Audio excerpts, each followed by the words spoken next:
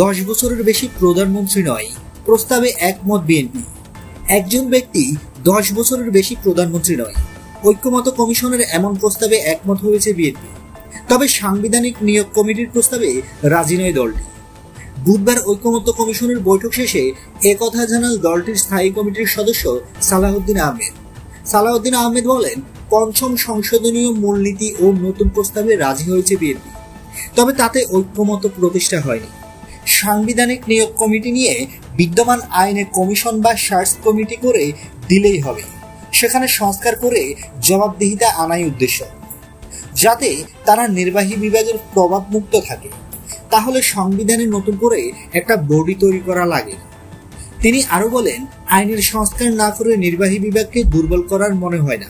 একদল স্বৈরাচার হয়েছিল বলে নির্বাহী বিভাগের ক্ষমতা কমিয়ে আনার প্রয়োজন নেই। তাই এই নিয়োগ কমিটি নিয়ে বিএনপি একমত নয়। 10 বছরের বেশি প্রধানমন্ত্রী নয়, তা নিয়ে আলাপ হয়েছে।